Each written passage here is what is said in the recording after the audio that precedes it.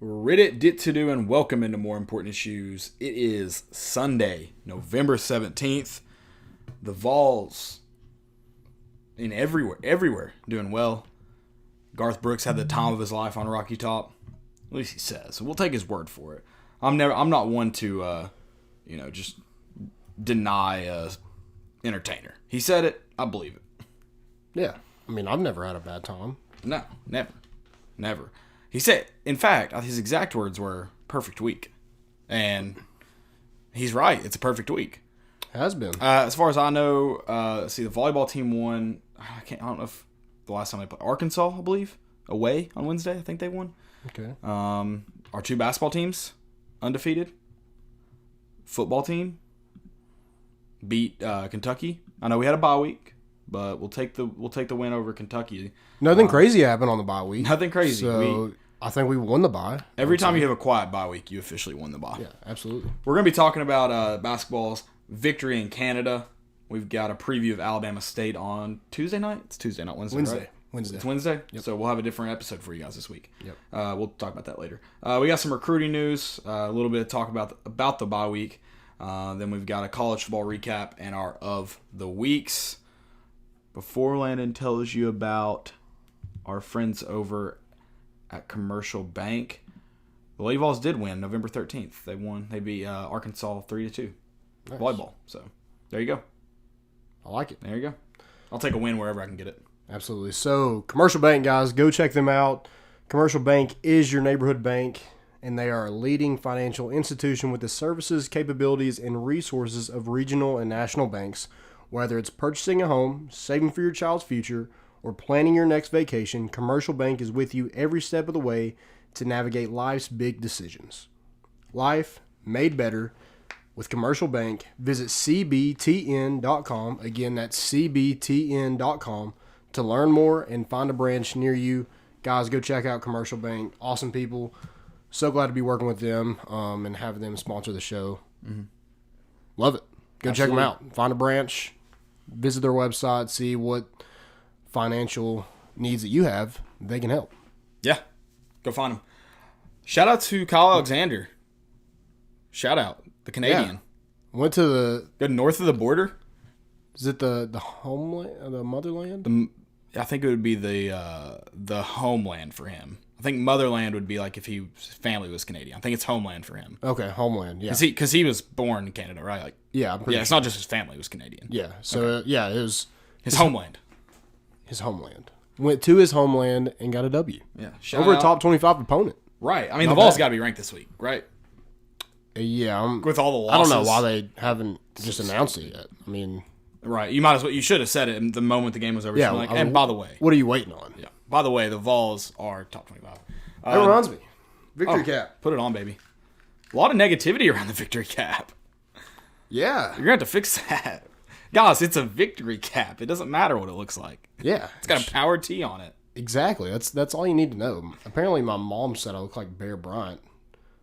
First of all, I was surprised she knew who Bear Bryant was. Maybe she doesn't. Maybe somebody just told her that. Somebody's like, your son looks like Bear Bryant. You're exactly right. You're exactly right. You know what Bear Bryant did do? He won. He did win. Yep. That's what it takes. I mean, I don't want to be a bammer, but if that's what it takes, we'll do it. Like you said, the Vols get the win over number 20, Washington. They were favored in the game, which is very interesting to me. I don't understand how they make a top 25 poll, which I know they don't have control over, like, betting odds or anything. But I feel like if you're going to be favored in the second game of the year for us, right? Yeah. Mm-hmm. Third game of the year for Washington, and you're favored. I don't know. That makes any sense. But we were favored in the game. If you read Dakota's article on ArmchairMediaNetwork.com, he talked about how their big guys could potentially bring trouble, and I kind of thought the same thing. I thought it was possible. He had Washington winning. I did think we would win, not by... I gotta do the math in my head. Not by 13. Yeah, and we led the whole game, which was weird. I mean, It was kind of never in question. Like, we didn't get it to where it was close enough that you're like, oh, crap, here we go. Yeah. I mean, it was... I think the first time I remember we were up by quite a bit, it was 12-5. We were up by 7, and that it never really got around that. About 7 is where it got down to. Mm-hmm. But that was it. We held our own. We did a good job of starting strong and maintaining that lead. Fulgerson had a good start to the game. Pons continues to stay hot. I don't know. Right. Hopefully it doesn't cool off. Yeah, I mean, it's insane. Like, is it... He wasn't even here during the offseason. He was with the France national team. So Oh, interesting. Yeah, I didn't know that. Yeah, he played for the France... Like the whole summer? Under 20, yeah. Like, basically the whole offseason, he was with them playing. And he started for them. Interesting. Which is good. He didn't average very many points. I think they came in third in the FIBA. Yeah, I mean, you talk about how he's scoring. I think obviously, the actual points are the most notable thing. I think another thing to point out, though, about him is how quick he is to shoot. There's not hesitation there like there was last year. Yeah. When he gets it, he is, especially from around 15 feet, he's looking to shoot. And that's, that was the biggest thing last year. I was never confident in him. It's because it was like every time he got the ball, shooting was secondary. Yeah. He was never looking to shoot. Now that he's doing it, it's obviously made him more successful. Obviously, his shot's better. He's more comfortable, but he's been more successful in it. And he's not taking bad shots. Like, no. Everything that he shoots, you're like, okay, that was a good shot. No. Yeah, he's shooting the ball just fine. I need more rebounds from Pons. You're talking about Pons. I need more rebounds from him. Yeah, I mean, it is tough because he's pretty much a guard. Right. But he's playing kind of down low, pretty much on defense. Not really on offense. He's not playing on the block too Offense, much. he's kind of a wing, but we're definitely going to be looking to get rebounds from him. Yeah, absolutely. And that's everybody. I mean, we're going to struggle. Our guards are going to have to do a good job of rebounding basketball because we just don't simply have the bigs to bang around with size. Right. And you look at the game yesterday, Washington had some size, and that it did give us trouble. They won their plus 10 in rebounding. They had 42, we had 32. So, they had a lot of, I think they had 15 offensive rebounds. Yeah, 15 offensive rebounds. We had 6. Yeah. They're getting second chances by doing that. So we got to continue to, keep people off the boards. But it's going to be difficult because we simply don't have the size. Yeah, it's kind of going back to almost 2 years ago when Grant was your biggest guy on the floor. You were somehow out rebounding people. Yeah. A lot of it, not every night, but a lot of the time. Whereas like last year when you had guys like Kyle Alexander, experienced guys like Grant Williams being able to go in there, and it made sense that we were out rebounding people almost every night. Mm-hmm. You go back to 2 years ago where it's just the small guys are going to have to go and bang around and somehow try to come up with at least defensive rebounds. That's the big thing. Defensive rebounds, because it's going to be tough to get those second chance points for yourself. It's going to, make the other team earn it by not giving them as many second chance points. Yeah. So, obviously, I'm not complaining about Pons' play. I didn't think he would give us 5 points a game, let alone 15 yesterday. He's averaging 17? Around 16. Okay. He was averaging 17 going in, and he had 15, so I guess it's around 16, 17 points. Or 15, 16 points. Yeah, and I said it last time when I said we'd need 20 points from Turner and Bowden just about every night to win. That didn't count for the fact that Pons would be able to score 15 a night, and then Fulgerson had 14 of his own on Saturday. Fulgerson, I think we mentioned it at least a little bit. He's someone who's going to at least register a stat just about everywhere, and he did. He had rebounds, assists, steals, blocks, and only 1 turnover. I think he had 3 fouls though. Mm-hmm. And then for him to go and get 14 points, he has to be a key guy for you this year. Yep, it's just the way it is. And it's not a bad thing with how well he's playing. I mean, going into this season, you were kind of thinking it's going to be tough if he's one of our best players, but he's played well. Yeah, he's played really well. Several guys have played really well. Gonna need more bench production though. Yeah, that's only playing 7 guys, and Jalen Johnson only played 6 minutes, so you're basically playing a 6-man rotation. Yeah. When you get deep into SEC play, when the schedule kind of wears on you a little bit, every game's kind of a grind. You're going to need more production from your bench, especially when you have SEC refs handing out SEC fouls. Exactly. That's one thing I do want to talk about later in a minute in the Alabama State preview. It is, I think, a way to kind of start, hopefully, stimulating some bench production. So we'll get into that in a minute. And you look at Turner, 16 points is obviously a good night. He was just 1 of 5 from 3-point range. Got most of the job done at the free throw line. But 8 assists again. A few more turnovers this time around, but 8 assists. He's dishing the ball out. He's finding other ways to impact the game. That's huge for not only a guard but a point guard. Yeah, I mean he's Mr. Do It All right now. He led the team in rebounds. He's the smallest guy on the court. 7 rebounds, 8 assists. He did have 6 turnovers, which you can't have, but he had 16 points. He made the most of his free throws.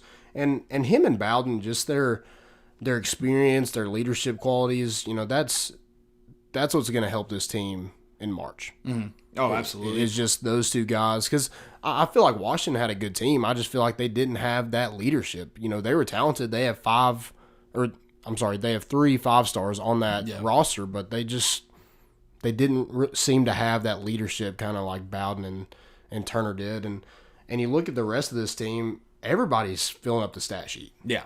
Fulkerson, Turner, Bowden, Josiah James, he's registering more stats now. Yeah. I mean, 9 points, 4 rebounds, 5 assists, 2 steals. I mean, he looked more comfortable. Yeah. In this game. Absolutely. So hopefully he continues to develop, continues to just let the game come to him and not try to do too much. I think him having an injury kind of hurt him. And I'm sure it held it back a little bit. Yeah, and this, getting chemistry with all these guys and getting to the flow of how our offense is going to look. I'm sure it's been, a process, but it seemed Saturday he looked more comfortable. So hopefully we get that production from him going forward. Yeah, we're definitely going to need it from him. You mentioned that kind of really just a 6-man rotation right now. Definitely going to need more from Josiah. But filling up, we knew that's kind of what we'd get more from him rather than points is filling up the stat sheet. So to see that start happening against a top 25, like a formidable opponent.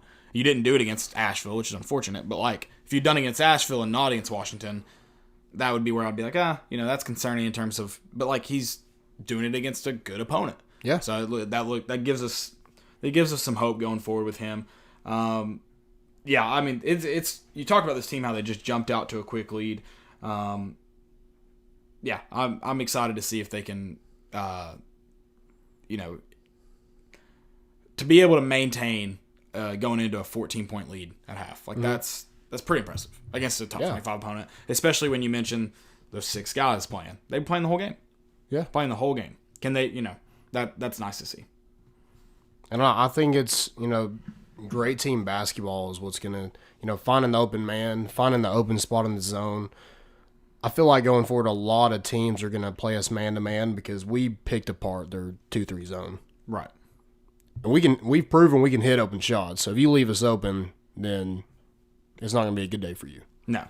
Bowden's still just firing the ball. He looks aggressive in terms of he's shooting that ball. He's always looking to shoot, which is nice. I would like to see Turner be more aggressive going to the rim. Mentioned that after the Murray State game. Mm-hmm. Would like to see him be more. I think it's everybody. I wish everybody would go to the rim. Yeah. I mean, that's your easiest shot. And Lamonte does it sometimes. I think we just need more of it from him. I feel like that's like, I think he may be trying to get everyone, which is good. Sometimes he's, if you're feeling like you're forcing stuff, you need to slow it down, try to get more people involved. That's good. But also, you have the ability to beat guys off the dribble and go to the rim. If you're just not feeling it from shooting outside, do that. Beat guys and go to the rim. Beat guys, penetrate, kick it out. I think you can get comfortable going to the rim if you're Lamonte Turner with how good he is. Yeah, and especially at the free throw line, he's good at the free throw line. So that's go get fouled. Yeah, they'll foul you too. Yeah, they'll foul you. I was just pleased with our performance. I mean. No, yeah. Speaking of... I'm surprised. 13, I'm surprised. Yeah. Went about 13. And having it on ESPN Plus, that's stupid. I guess it just, when you think about it, it's really bad, like, planning. I feel like that should have been like a Friday night game. Yeah. Because there's so much college football on Saturday. And I think Billy Williford from Fox Sports Knox tweeted that this would have been a perfect opportunity to, like... play it live in Thompson Bowling and then have the Garth Brooks concert. I thought that'd be cool. I It kind of like run over a little bit though. I thought I said though. I wish they had. It would have been cool to see if they played it on the jumbotron in Neyland Yeah. and just like before the concert. And I mean, as long as the game doesn't go into overtime, you technically probably it was probably over in time. I mean, right at 7. Yeah, it was probably right around 7. As long as the game doesn't go into overtime, yeah, that would have been cool to see. I guess you run into issues probably with ESPN, but I mean, I feel like if the school's doing it, it should be okay. Yeah. Who cares? Yeah, I hate that it was on the Saturday just because, like you said, ESPN Plus, not a lot of people got to watch it. They were like, did they give an official attendance in the box score? I mean, there couldn't have been many people there. I'll look it up real quick. That's so, like, there could not have been many people there. I don't know. Sometimes those classics, like that kind of stuff, kind of sucks, just the way it's set up. Yeah, I agree. Doing it in Thompson or doing it in Neyland would have been cool. 19,000. There's no bullshit. Oh, that's capacity, sorry. Oh, okay. I was like, no. No, it doesn't say. It doesn't. Yeah, I mean, it shouldn't say. There's probably 2,000 people there. Yeah, there wasn't too many. Yeah, it was. But yeah, kind of sucks for a Saturday game. It was nice though to, I had a great day at college football. It was, we don't very often get to watch many games because we're tailgating or whatever. Usually only on away games. This time around, man, it was nice. Just a relaxing Saturday. Got to watch a lot of football.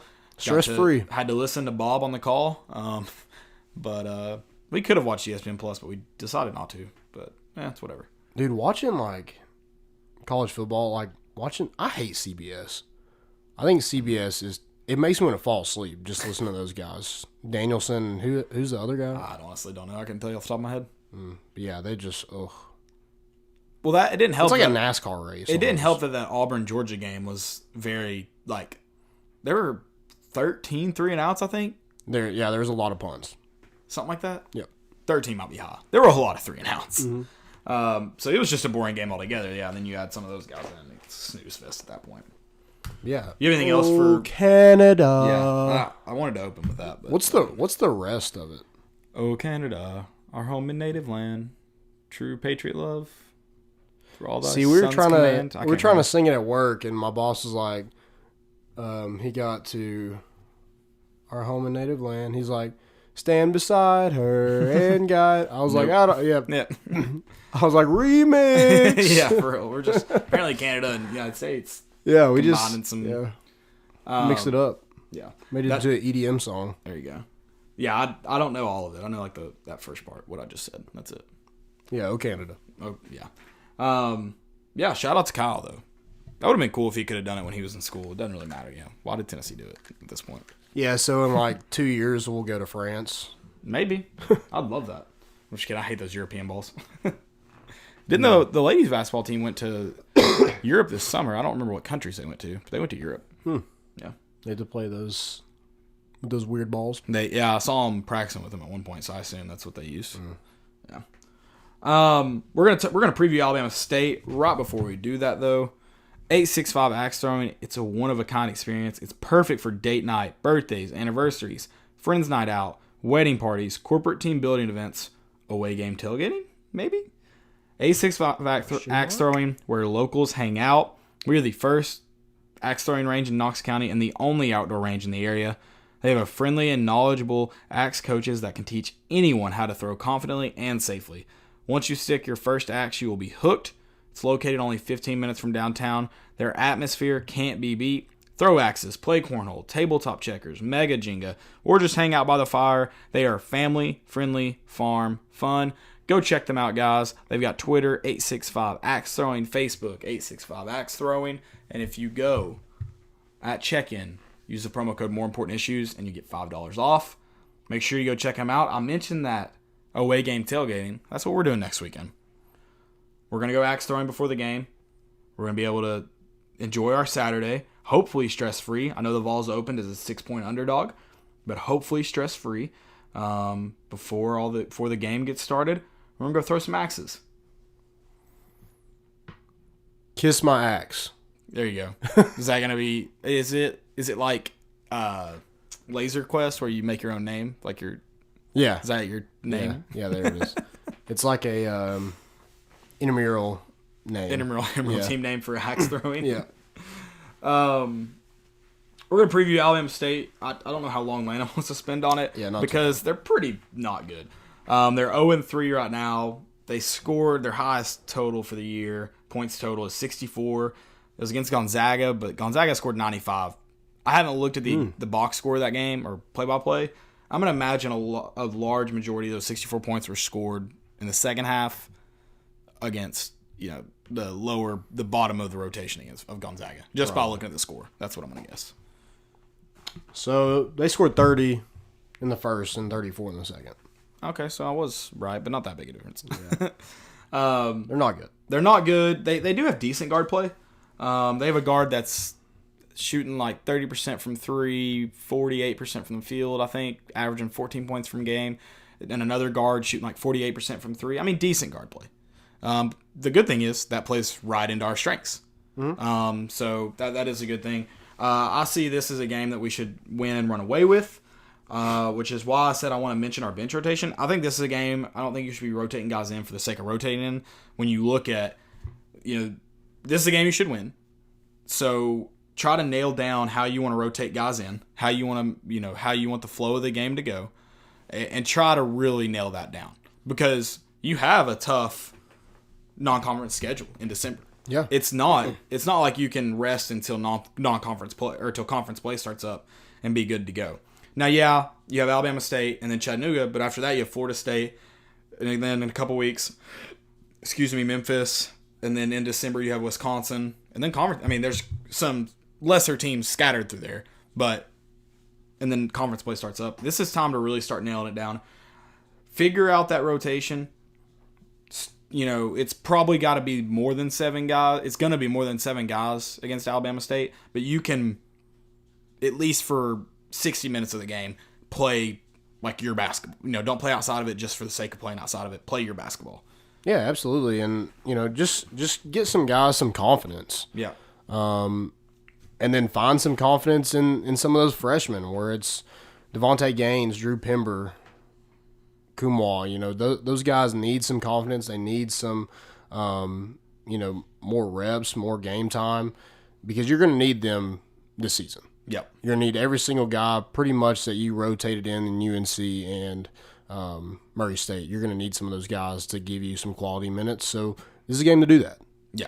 It's Zach Kent. He's another one. Jalen Johnson, I feel like, should have more than you'd imagine 6 minutes. Yeah, you'd imagine he has more minutes against Alabama State. I mean, the one thing I don't want to really see this week against Alabama State is I feel like when we play these lesser teams, Rick Barnes uses it as a chance, and I don't necessarily hate it. I just feel like for this scenario that you have, looking at your schedule, you can't do it. He used it as a moment of like, when you mess up, I'm rotating you out. Period. Whereas, like, against an opponent like Washington, he's not rotating you out the moment you mess up the first time. Mm. And so I feel like have a looser leash with some of these guys like Lamonte, Bowden, depending on what Fulgerson's issues are. Because usually Fulgerson's issues are fouls, so you have to, for that sake, you have to rotate them. But kind of let these guys play through some issues, especially guys like James. You talk about getting him comfortable. He hadn't played a lot of college basketball. If he makes a mistake, unless it's just egregious, let him work through it. Let him figure it out. Yeah, try to get into a real game flow like you're preparing for someone like Florida State who's knocked off a top 10 team this year. Yeah, I think Devontae Gaines is another one. He was one against Murray State who turned the ball over and then he went down and fouled him and he came out of the game and I don't think he came back in. Yeah. So yeah, shorter leash should be nice. Like I said, just get guys some confidence, get them ready for the season because we're going to need them. Because like we talked about earlier, SEC officials, you never know who's going to be in foul trouble. No. Well, it's going to be Fulgerson, and then whoever else. Yeah, and then there could be others. Yeah, definitely. Yeah, I think Fulgerson and Pons are the only ones that had 3 fouls though the other night. That's good. We didn't have many fouls somehow. We didn't. 14? Is that right? 14 fouls? Is that right? There's no way. I feel like I might have looked at one half. I can tell you. No, that was turnovers. Maybe. I can't remember. It wasn't very many fouls, though. It wasn't. 14's too little, I think, but something. So anything else about Alabama State, though, other than, we'll do another show. I guess we're not. 14 fouls, yeah. 14? And 14 turnovers, so yeah. Okay. There you go. So I guess we'll either do a show. I guess we'll probably do a show Thursday night because Tuesday you wouldn't get a whole lot. Yeah. Probably do a show Thursday where we'll recap Alabama State, and obviously we'll do some more looking at Missouri. If you came for Missouri talk, ask us a question, we'll answer it. But other than that, we'll save it for Thursday. So Yeah. I mean, I'll keep it open. Try to keep it open so I'll see your questions if they come in. Sorry, what were you saying? I mean, I don't know what to think about Missouri. I mean, I know we're saving it till Thursday, but they open as a 6-point favorite. Doesn't make sense. Brian Rice had a good point. I don't know the whole tweet. I can't quote it exactly, but they've only scored 6 points in the month of November completely, which I think they've only played 2 games, in fairness. So they get shut out by Georgia? Yeah, I guess they did. In the last 3 games, they've only scored 13 points. Whew. Could be a rough offense for... Yeah, I mean, if they're going by 6, Jesus. Yeah. It's definitely interesting. I think I'll pick Tennessee to cover. There you go. Landon State. Anybody want to take Landon here on this? Yeah, what you got? Whew. I need more water. There it is. This schedule's killing me. What time is it? 7 o'clock and I'm ready for bed? I know, it's the darkness. It's like, oh, it's 5. Yep. It's almost 4:30, and it's like the sun's going down. You're like, oh, I'm losing daylight. Time for bed. I hate it. I can't stand it. Yeah, it's terrible. The good news about this, like you said, this bye week was no news. No news. I think the Knox News Sentinel ran something about our players. Yeah, that was this week. About our players getting complaints called on them from a sheriff. 75, 2 hours away. right? Yeah, that's a lot of complaints. 75, yeah. Counted every single one of them. They must be hanging out in Greene County, too. Apparently. Apparently it's a hotbed for complaints. Yeah, I mean, I wonder what football players are driving all the way up there to hang out and get in trouble. I've been to Greene County. The women up there ain't worth driving. Yeah, it's not a great place. I wouldn't recommend it. No. And then some recruiting news. You got any? Yeah, so I think we'll start with basketball since that's kind of what we've been talking about. The Vols signed their number 4 recruiting class in the country. The only people behind them or in front of them, Duke, Kentucky, North Carolina. I didn't realize that signing day happened right now. That's good. I mean, the season obviously looks more hopeful. But before the season started, I was like, man, get those guys in here as quick as you can so they can't leave. Sign it. Sign that paper. So I'm glad that worked out that way. Yeah. So you had 5-star guard Jaden Springer, 5-star guard Keon Johnson, and then 4-star forward Corey Walker all signed with Tennessee. Like I said, the number 4 recruiting class, Jaden Springer is the number 16 player in the country. Keon Johnson, the number 23. And then Corey Walker, the number 37. So 3 top 40 guys. And I don't think Tennessee's done with this class. I think they want to add a big man. They probably, either that or maybe want to add a primary ball handler too. In this class, they're looking at that kid from, I think, Australia. I need a big man. Desperately. Yeah. I think we really need that. I don't know if they're going to look at I almost said grad transfer. Drag transfer? Yeah. Whew. I don't know about that. But yeah, grad transfer, maybe for a big man. That looks like our biggest struggle right now is inside. So I feel like that's where we look for first. Dylan Cardwell, maybe. I don't know. I don't know where they go from here. Speaking of big man, I want to ask this. Did James Wiseman get cleared before the Tennessee game? Oh, yeah, 100%. Yeah, it's so weird to me. Whatever. Hopefully we get Uros. Apparently there's a rumor going around. It hadn't been confirmed. It's just a rumor. I want to be clear about that. It's not been confirmed.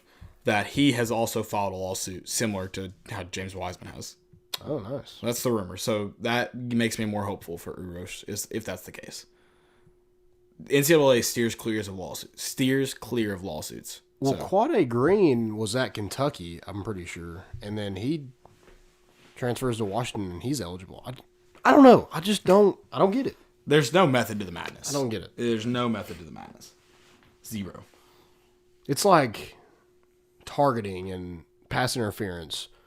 Like, pass interference shouldn't be that questionable, but the NFL has somehow made it that questionable. I don't understand. Like, if you throw a flag, it's pass interference. And usually, probably 9 times out of 10, it's usually pass interference. Also, in that Florida-Missouri game, how many times did we see pass interference? Oh, like 20. And, only a few of them were called. Which, in fairness, they do usually, if the DB does a good job, of putting his hand on that outside hip and not grabbing too hard, they'll usually let that slide. So fair. If you're going to usually let it slide, fair. And that happened a lot. But I feel like there were a lot of times they were getting tugged, like turned. So you can't turn. Yeah. And, Or they would like go over the shoulder. yeah, and get there early and still. Yeah. Yeah, it doesn't make any And sense. then I can't remember if this was the Auburn-Georgia game or the Missouri-Florida game where the dude, which I told you I hate, I don't know why everybody's falling backwards out of bounds nowadays. On those back shoulder throws. Mm-hmm. And the dude gets pulled down because he does it. He does fall backwards, but then gets pulled down also, and they don't call it. I was like, how do you miss it at the ball? That don't make sense to me. Yeah, I'll never understand. Whatever. NFL's a weird. Oh yeah, the NFL's worse than Like the Colin Kaepernick stuff, that's weird too. Like how he just like the last minute, just like, yeah, I'm not doing that at the Falcons. I'm going to this high school. Yeah, so he moved it? Yeah, like 3 hours before. I didn't know who moved it, if the NFL moved it or if he moved it. Yeah, 3 hours before, and then wanted his own receivers and wanted to do his own interview. I don't know. Very strange. No comment on the Colin Kaepernick thing. I don't think he makes it on an NFL roster. If anybody wants to ask me about that, you can ask me later. I mean, I don't really agree with Stephen A. Smith, but if you watch this video after, I kind of think like he's kind of right on he said that he doesn't think Colin Kaepernick really wants to play in the NFL. Interesting. Why do you say that? He said if he really wanted to, then he wouldn't have done all that. Oh, okay. Gotcha. Like he made it more difficult on himself is what he was saying. Yeah, I agree. I think it's yeah. I don't know. I mean, I'm not even going to try to comprehend what Colin Kaepernick is thinking. But yeah. Yeah. It's Good luck, I weird. guess. It's all weird. Yeah. You have any football recruiting news? I do. So, first I'll start with wide receiver commit Jalen Hyatt breaking records. Yeah. He's not the only one. I'm sure you're going to get to the other guy, too. I don't have the other. Who's the other guy? Is Harrison Bailey? I guess he's just moving up the record book. He's not broke anything yet, has he? Yeah, I think he's so Harrison Bailey I think is number 4 in Georgia for. But he has a chance to Yes. break the passing yards record. Mm-hmm. Oh, somebody just got. That looks scary. What happened? Sorry, we're watching the Patriots Philadelphia game. I don't know. Anyway, but yeah, Jalen Hyatt breaking records. He now has the Dutch Fork's career receiving records in yards and touchdowns. He broke the yards with 3,334 career receiving yards and 53 career receiving touchdowns. Yeah, he's balling out at Dutch Fork. Balling out. Friday, he balled out. He had 4 first half touchdowns, and 3 were in the first quarter. That's insane.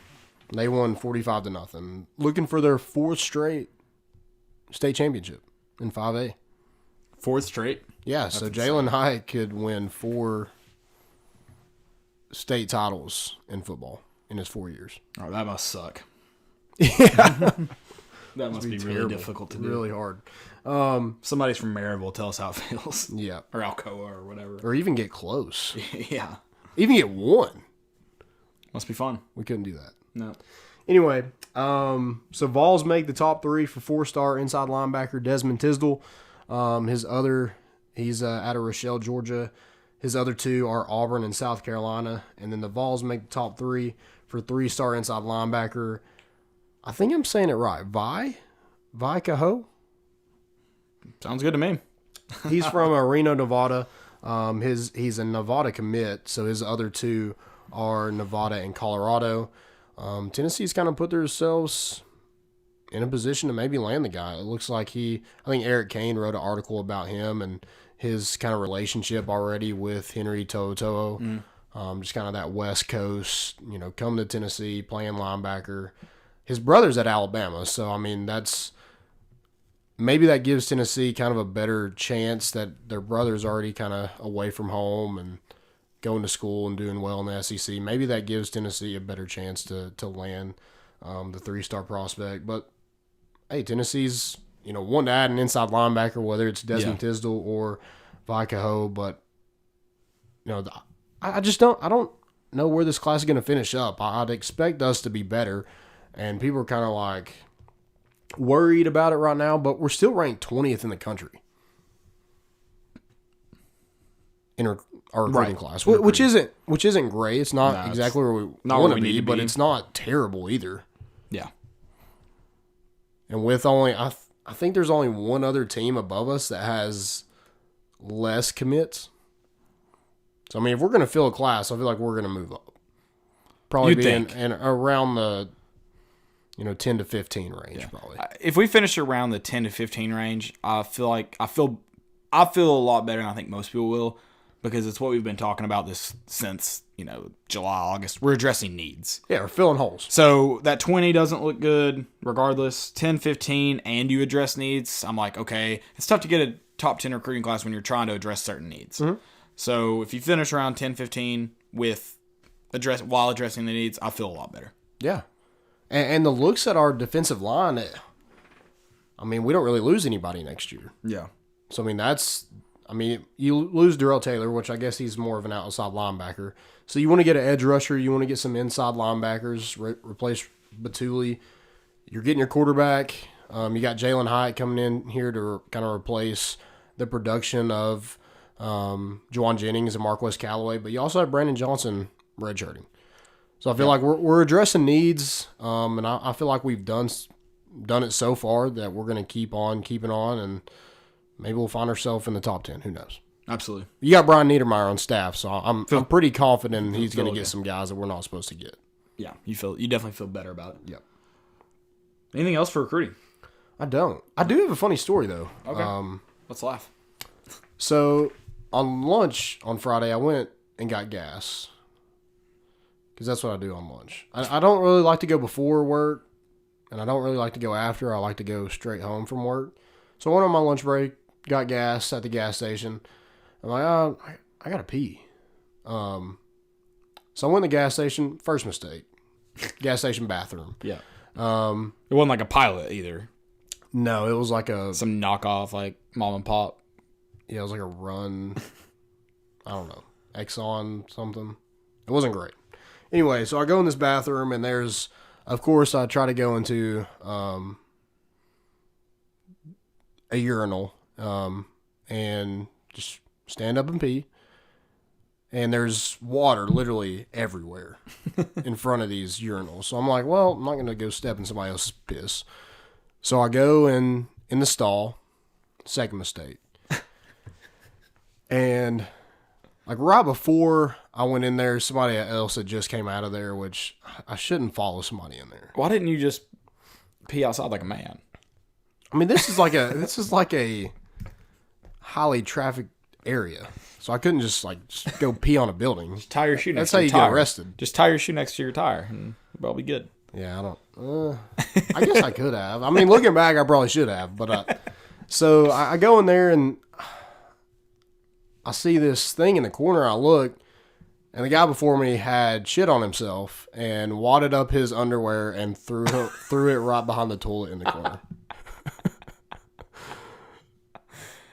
That's awesome. At least you understand why he was in there, because you're sitting here thinking, surely two dumb people didn't be like, yeah, let me use this gas station bathroom. He had to use the gas station bathroom. But it was like a big wad. Like there was like full turds in there. It wasn't like it just hit him and he shit on himself. Like that dude had to shit for a while.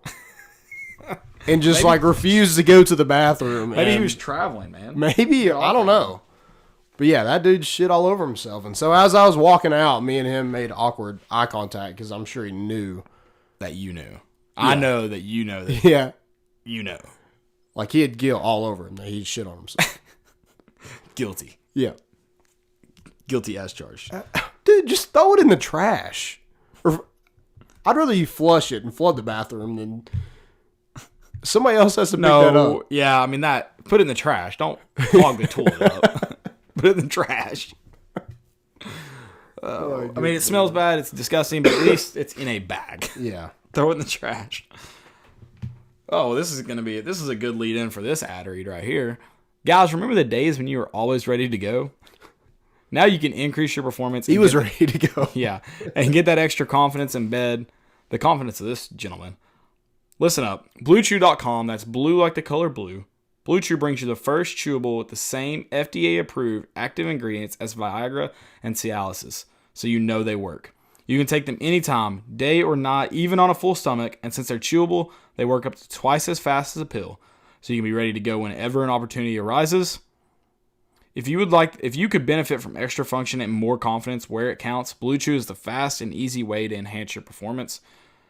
Most guys talk a good game, but Blue Chew helps you follow through. Blue Chew is prescribed online and shipped straight to your door in a discreet package, so no in-person doctor's visits, no waiting in the pharmacy, and best of all, no more awkwardness. They're made in the USA, baby, and since Blue Chew prepares and ships direct, they're cheaper than a pharmacy. Right now, we've got a special deal for our listeners. Visit BlueChew.com and get your first shipment free when you use our special promo code ARMCHAIR. Just pay $5 shipping. Again, that's BLUE Chew.com. Promo code ARMCHAIR to try it free. Blue Chew is the better, cheaper, faster choice, and we thank them for sponsoring this podcast. Guys, check out Blue Chew. Listen, this performance-enhancing drug is not outlawed by any organization. Use it. Yeah. Like, you're behind if you're not using it. You're using it, right? Yeah, I mean, yeah. It's like protein. Protein ain't, like, NFL ain't kicking out protein. I'd be dumb not to take it. Yeah. Take it. Advantage. Exactly. And you can do, I mean, yeah. You'd be dumb not to use it. Go check out Blue Chew. You get it for free. Just pay the $5 shipping. Remember, code ARMCHAIR. Go check them out. College football recap. Ended up being a pretty eventful call. I mean, especially Baylor and Oklahoma really closing it out on a high note. Yeah. What about Big 12 football being a good game and not going over 35 points? Say it ain't so. Weird. Very weird. I guess it had to do with one team scoring 30 points in the first half and the other team scoring 30 points in the second half. Mm-hmm. That's what it was, actually. That's exactly what it was. So I guess we'll kick off with that one. Number 13, Baylor at number 10, Oklahoma. Or sorry, other way around. Baylor hosting Oklahoma. Don't call it a comeback. Don't call it a comeback. What does Baylor do with their freshmen? It looked really cool. Or their students. So they storm the field before the game, form a tunnel, and then they just get back off? Get off! How do they do that? I don't know. Like, that sounds like a mess. Maybe they get like a dog to like just herd them out of the stadium. I don't know. It's weird. I didn't watch it. I heard people talking about it. I'm just curious. Like, that sounds like whoever those people are that gets them back off the field, they should be directing traffic in downtown Knoxville after Garth Brooks. Because that was a mess. Yeah. And it was due to stupidity, not to anything else. Obviously, there were a lot of people down there, but they were making it way more complicated. Yeah, they did not do a good job of planning all that was going on in Knoxville last night. No, it definitely ended up being crazy. I mean, that's good for Knoxville. I'm sure every hotel was booked, and I'm glad there wasn't a basketball game. Could you imagine that? There's no way they could have the Garth Brooks concert if there was a basketball game. No. Yeah, someone at Downtown Golden Brewery told me it's the busiest they've ever been. Yeah. So it's pretty crazy. Yeah. So Baylor, though, I really thought they were going to win. And I'm not saying I thought Baylor was like the real deal, but I just thought it would have been cool to see them. I mean, they still competed with Oklahoma, who, without their bad loss to Kansas State, everyone's saying they're a playoff team. Yeah. So they competed with Oklahoma. And I just wanted Baylor to win just to be like, hey, committee, we're undefeated in a Power 5 conference, and you have us at 13? I don't know. But, anyways, they, so they jump out to 31-7 lead, right? 31-7? Yeah. And end up not scoring a single point in the second half. And got beat 34-31. So, I only watched the first half. So, don't really know what happened. Was it just that? I thought it was 28-3 at one point. Was it? Yeah, it was 28-3 at one point, but I think, so it was 31-3 maybe. Okay. They might have scored 3 in the second half, did they? So Oklahoma ended up scoring in the second quarter. Okay. But I think at one point it was 28-3. Yeah, I mean, it was because all those memes started flying. Yeah. Yeah, at one point it was. Was it 31-14 at half? What was it? Or they could have been 14. It was 10. 34-10 or 31-10? Yes. Okay. I do want to mention, just because Clemson is beating the brakes off everyone they play. I mean, I know they're scheduling tough, but still. Beat Wake Forest 52-3. Can we talk about how Texas is the most overrated top 25 team of all time? You remember when their quarterback was like, we're back? Wasn't that last year? Yeah. Was that last year? Yeah.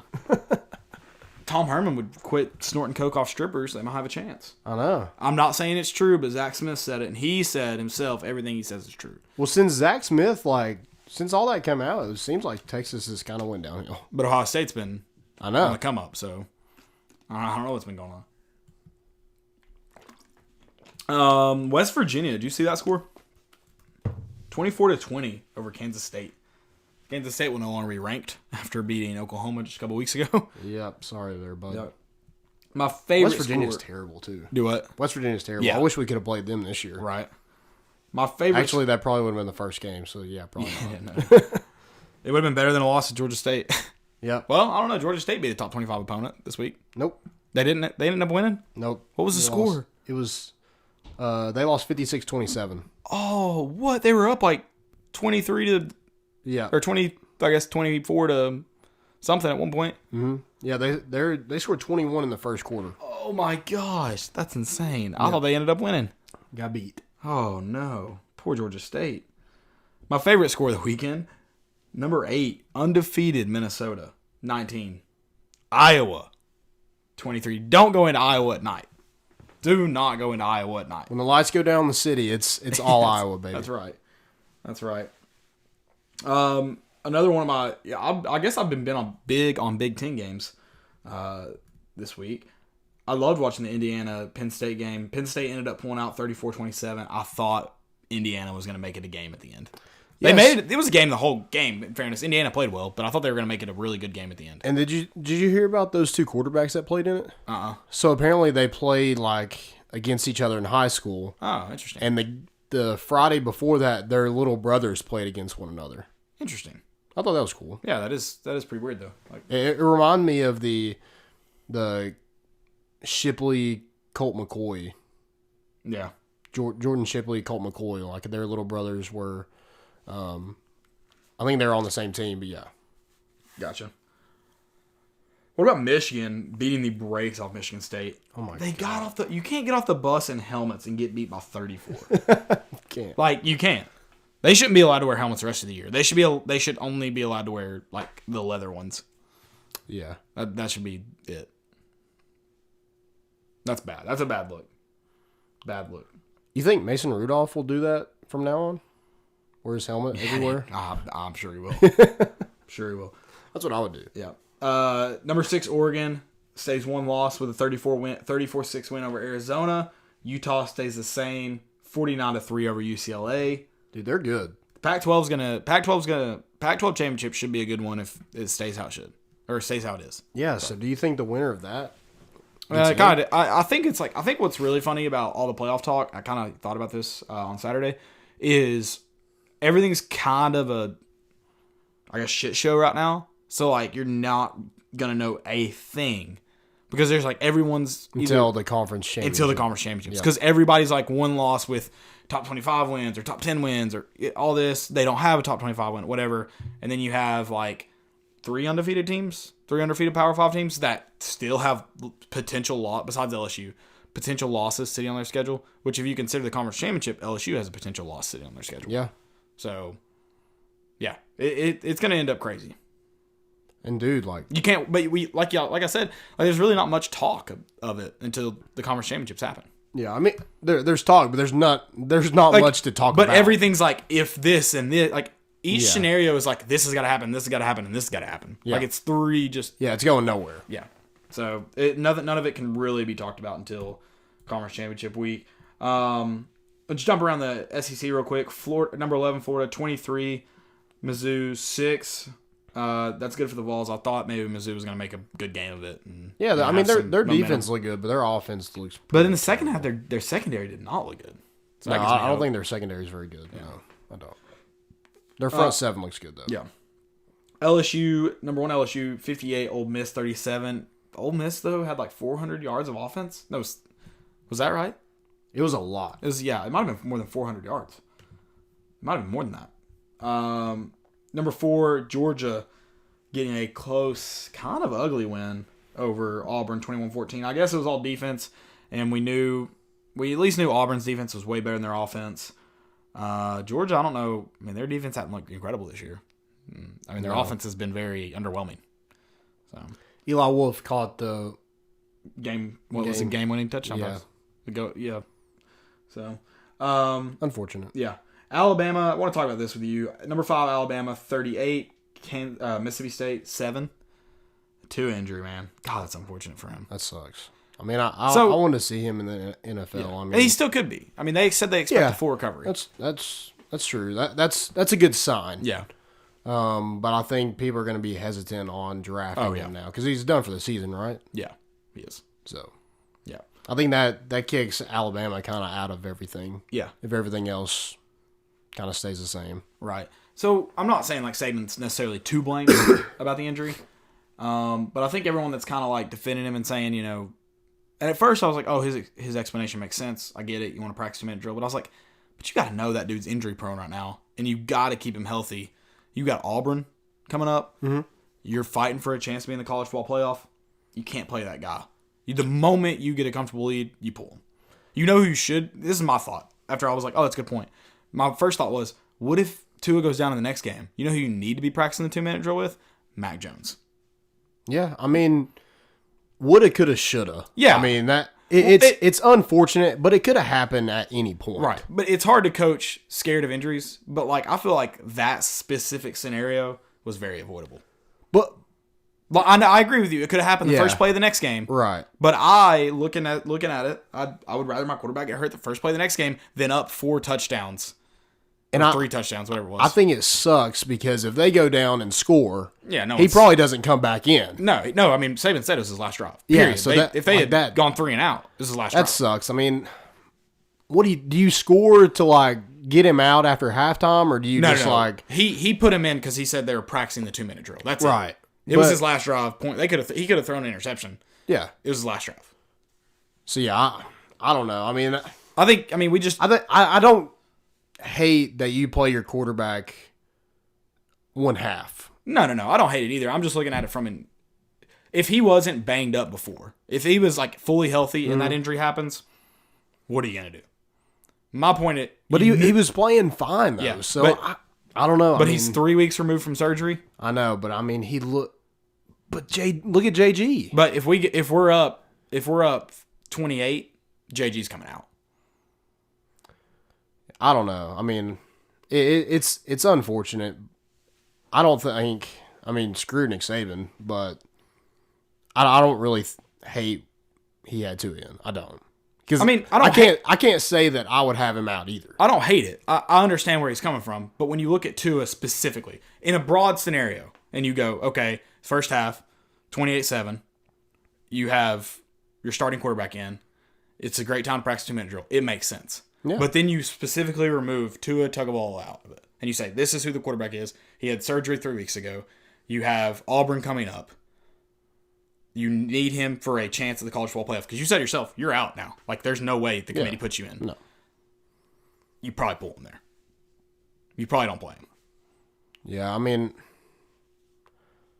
And I I don't know. And, like I said, I feel woulda, like coulda, shoulda, didn't. my point could have been really, really proven if it was his ankle that got injured.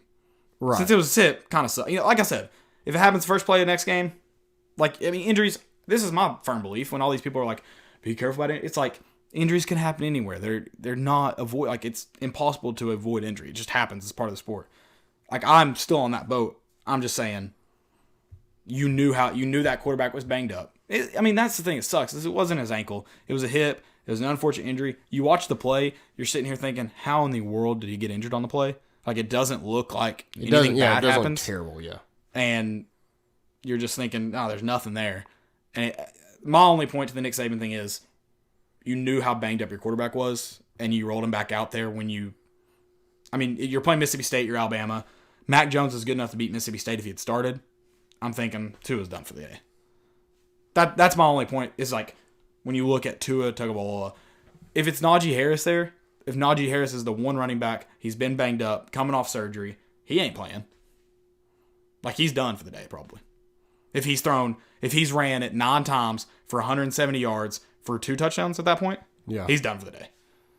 I just like I I think I would have two in at that point. You score and then he's out. Like if he gets hurt on the first play of the third quarter, then you're like, what an idiot. Why is he even in? But you're trying to score and capitalize on that lead going into halftime. Like I don't. But that wasn't even what he was trying to do. He was just practicing the 2-minute drill.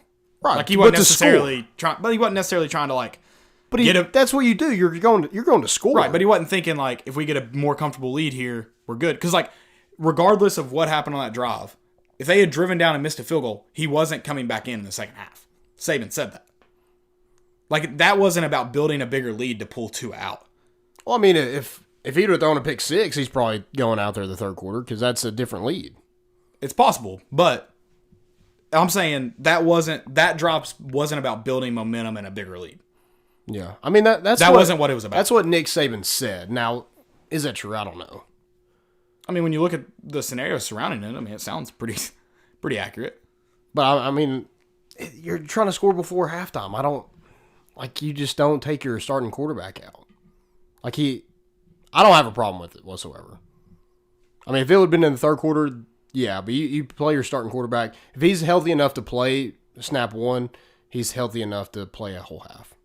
In my opinion, because like you said, you're trying to impress the committee to get a spot in the college football playoff. You need more points. Mac Jones is not getting it done. He's proven that. So I mean, Mississippi State's not as formidable as anybody else, and Mac Jones did it against Arkansas. I realize Arkansas is terrible, but I mean, he looked terrible against us. Huh? He looked terrible against us. I feel like our front seven did a really good job. I don't know if Mississippi State's. I didn't watch the second half of the Alabama game. I don't care to watch it. I don't know what Mac Jones looked like. Well, they only scored 3 points. They scored 7. Oh, did they? Yeah. Okay. 35 to 7 was the final. Yep. 30. No, they scored 10. 38 to 7 was the final. Okay. Yeah. I mean, if even to the point of working on the 2-minute drill was your goal, I feel like you work on it with Mac Jones on the off chance that Tua gets hurt on the first play against whoever they play the week cupcake they play next week. I mean, it's like if Tua is not playing, the committee doesn't put him in. Right. I'm just. But, so why are you practicing with Mac Jones if like he's? Because but there's no way. Because if Tua gets hurt next week and Mac Jones beats Auburn, if he does, if Mac Jones beats Auburn, Auburn would have had to beat Georgia. Yeah. But if Mac Jones beat Auburn and Auburn to beat Georgia, there's a chance. There's a small chance, but there's a chance. Yeah. And I mean, I'm not saying it's impossible I just don't think Alabama gets in if you have, and again, it's all these big ifs. If you have a single loss Pac-12 champion in either Oregon or Utah, both of them are deserving of it. Ohio State, Clemson, LSU, all those schools. Yeah, I think they're more deserving. I definitely agree. I mean, obviously it depends on what happens in the next few weeks. Yeah. And if there's a one loss, whether it's Ohio State or Penn State, one loss Big Ten team. And I think it goes back to scheduling. Like you're going to have to schedule somebody a top 10 opponent. But or not even a top 10, a top 25 opponent, a difficult non-conference game. Yeah. And they haven't done that. But what sucks for Alabama is not a lot of Power 5 teams are going to play them because they don't want to do that. And someone tweeted about how many, so I can find it because I quote tweeted it.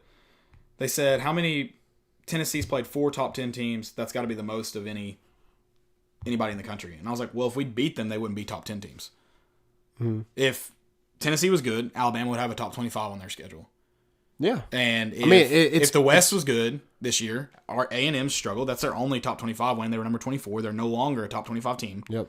But I count that as a top 25 win because they were 24 when they played them. Obviously the LSU game. That game, with the way LSU is trending, that game's always going to be a top 10 matchup. And it's win or lose. It's, that doesn't necessarily put you out of contention for either team.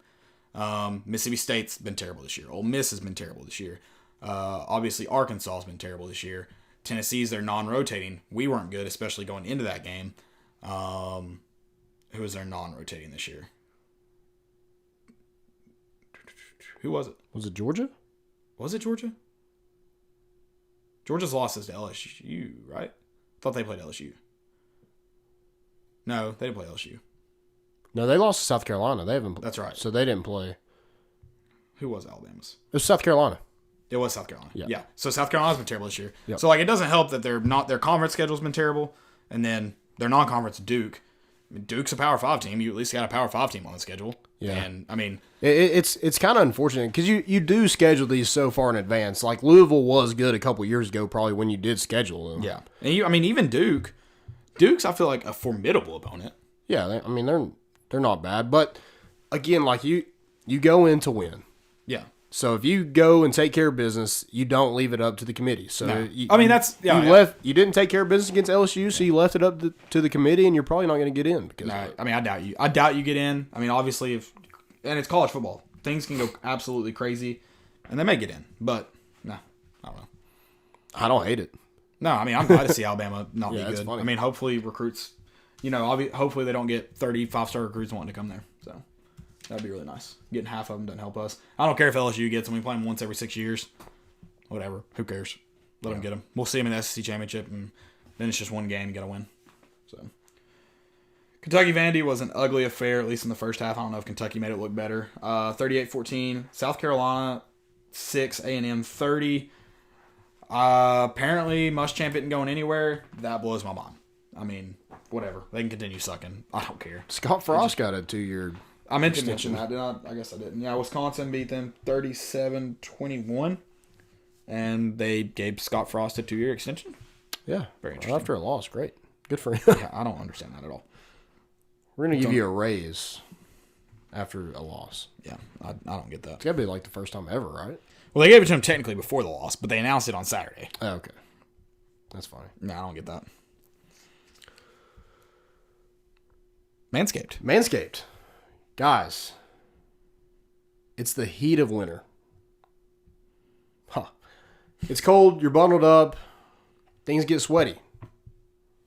The hottest part of your body gets sweaty. Guys, take care of your balls. Manscaped.com. Check them out. Use promo code ARMCHAIR for 20% off plus free shipping. Again, ARMCHAIR is the promo code at manscaped.com for 20% off plus free shipping. Your balls will thank you. They have the Lawnmower 2.0, which is made with skin-safe technology, so there's no nicks or snags on your nuts when you're trimming the hedges. They have the Plow. It's a nice metal razor. They have the the Crop Preserver. Crop Preserver. That's the ball deodorant. Yeah. Ever heard of ball deodorant before? I haven't, but I've used it now. Very impressed. Guys, go check out manscaped.com. Again, promo code ARMCHAIR. 20% off plus free shipping. Guys, go check them out, and your balls will thank you. Yeah, they will. I promise you. At least my balls thank me. Maybe not you. Mansticles. Most important. Let's see here. My first one is VCU. Oh. Bringing back the classic student sections. It's what makes student sections good. The humor, the wittiness, the costumes, everything. They dressed up. LSU came to town. They beat LSU, by the way, by 64-62, I think. But LSU came to town, and the student section, at least the front row, was dressed up as FBI agents. I like Not some that. dumb taco. Dressed up as FBI agents. And gave Will Wade the rod of his life. That's what makes student sections good. The defense chants are important. The air ball chants are important. But what really makes it is looking families up on Facebook, having photos of girlfriends, sisters, grandmothers, all in good fun. But that's what makes a good student section. Yeah. Will Wade, he deserved the FBI chant. He got it. They had fake money. It could have been real money. I don't know. Throwing it around. Hopefully it wasn't real money. I mean, I don't know. But no. Props to VCU student section. That is what a student section should be. If you want to know truly what a good student section should be, Utah State's basketball student section is the greatest student section around. There's no doubt about it. What is? Utah State. Oh, Utah State. Wild Bill. Oh, yeah, definitely. My first one is the Indianapolis Colts. Did you see this? No, I don't think so. Quentin Nelson, after the Colts scored a touchdown, did a celebration, and they did a cake stand. Oh, nice. Pretty awesome. Yeah. Did you see Zeke's today? I did see that. Did the Dak dance? Yeah, that's funny. That's all I got. That's all you got. I think that's all I got for most. Or this could be a most important or fail, so I'll give it to him. Not sure what his name was, but was it Monmouth against Kansas, down by 55. Kansas is dribbling out the clock, and a Monmouth guard steals it, goes down the court, dunks, flexes, gets a technical. Kansas shoots 2 free throws, gets the ball back, and still wins by 55. So, I mean, most important for stealing, dunking, but yeah, maybe the rest of it, a little bit of a fail. Yeah. Not a good look. Not great. No. My next, actually, I don't have any more most important. That's it for me. Fails. Fails. So my first fail is Jason Tatum. He said he was talking on his funniest moments in the Duke locker room. And he said, I had 1 or 2 points at halftime. Coach K came into the locker room and threw his jacket at my feet, called me a soft-ass St. Louis kid. I ended up scoring 30 in the second half. I thought this was hilarious because Jason Tatum has never scored 30 points at Duke. Andrew pointed that out, right? Yeah. I saw that. That was great. What an interception by New England. Yeah, that was hilarious. That was funny. Scored 30 points in the half. You haven't scored 30 in a game. Wait a minute. Yeah. My next one is Leonard Fournette. He said, Jamal ain't tell y'all our sophomore year in college. They had a fight at Lance party, and he was under the table hiding where that chip on your shoulder was then. Where that chip on your shoulder was then. I can't say it like Leonard Fournette would. And Jamal Adams quote tweeted and said, makes sense coming from the cat that quit on us and faked an injury. So, Leonard Fournette, easy coming at people. You better make sure you got it. Yeah. Faking injuries. Yeah. You got another, Phil? I do. So the guy, Cody Conrad, he was going to the Garth Brooks concert, and I like the creativeness. But he has a Vince Young jersey and says, It should have been a Tennessee Titans Vince Young jersey. yeah, but it was Texas. So that burnt orange, ugly burnt orange, and then he put a couple pieces of tape and put much too, and then it was much too young after the Garth Brooks song. You can't wear that in Neyland Stadium. I'm sorry. Whoa, what happened? Did New England not just intercept it? I think they Called it back?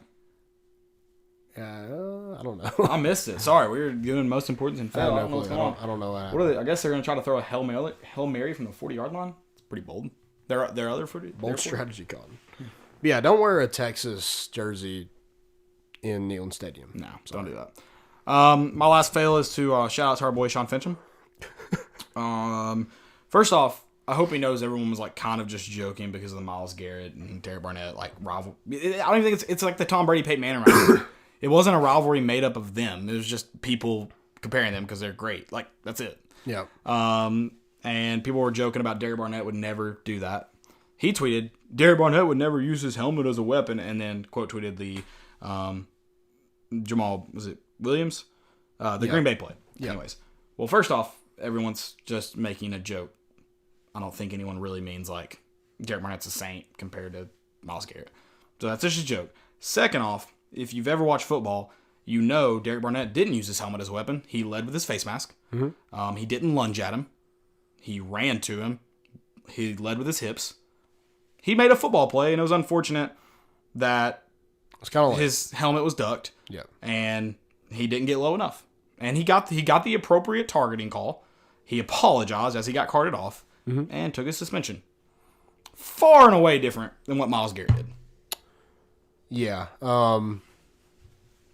Let's just talk about that for a little bit. Myles Garrett, that's just terrible. I don't care, like, a lot of people were like, oh yeah, Mason Rudolph had to do something. And I don't know if he did or not, but there's no reason. No, there's no reason to do that. To take I said a guy's helmet off and then hit him across the head. I'm not saying it's appropriate what he did. I just said I think Mason Rudolph must have said something because that seemed really out of character for Myles Garrett. So, like, I think he acted out of character. Something must have been done or said. Because I could understand if he had just tried to fight him. If you were just like, okay, he was just trying to rip off his helmet. But, like, he threw a helmet at him. Yeah. I mean, that's literally trying to cause harm. Yeah. And, like, that's what I mean. Like, I feel like that's so out of character for Myles Garrett. Like, it'd be like watching someone you know that doesn't fight get in a fight. You're like, oh, the other guy probably said something to him that set him off. Apparently, That's he's why I had a said couple plays like this. Like, Not like that, but he did throw a punch. He threw a punch early, but like a punch, it's like Yeah, I get what you're saying. Every football player that's ever played has hit somebody in their helmet. Yeah, Like over getting jerked around or whatever.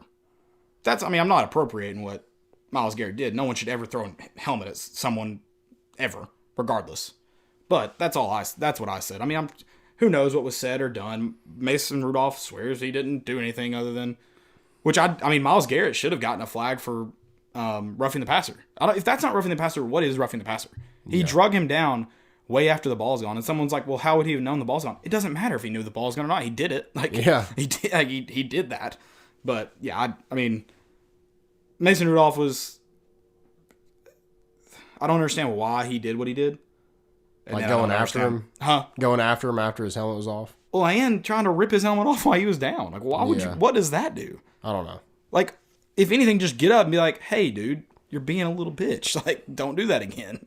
And then if he comes after you then, at least it doesn't look like you were doing anything. Yeah, I mean, it was a bad play all around, but yeah, Myles Garrett took it. Because, like, if they, shove each other and this or that, they probably get a 15-yard penalty, but Myles Garrett's season is over. Yeah. Because of and you're winning with 15 seconds left. What makes you what could he possibly say to me? There's nothing in this world that somebody could say to me that would make me want to do that after a win. Yeah, I don't understand that. And then the Pouncey thing, like as a teammate, I'm like, man, that's awesome what Pouncey did. But he also kicked the dude in the head. Like, that's not okay either. You're right. Like, that could have potentially, if we're going to sit here and go, well, he could have, fractured Mason Rudolph's skull or broke his neck. Pouncey could have broke his neck. Like, and it's never okay. Okay, like, Martellus Bennett. like in the Bible, if we're going to quote, if we're just going to throw out how you should act, in the Bible it says an eye for an eye makes the whole world blind. So if he breaks his neck, it doesn't make it okay to break his neck. Like, yeah, nothing. Like, as a teammate, you're going, man, Pouncey's that dude, and you respect him. But you're also like, hey, man, maybe don't try to, because he got suspended, and then whatever that other dude's doing, I don't know how to say his name, the Cleveland Browns linebacker, just shoving Mason Rudolph in the back. Yeah.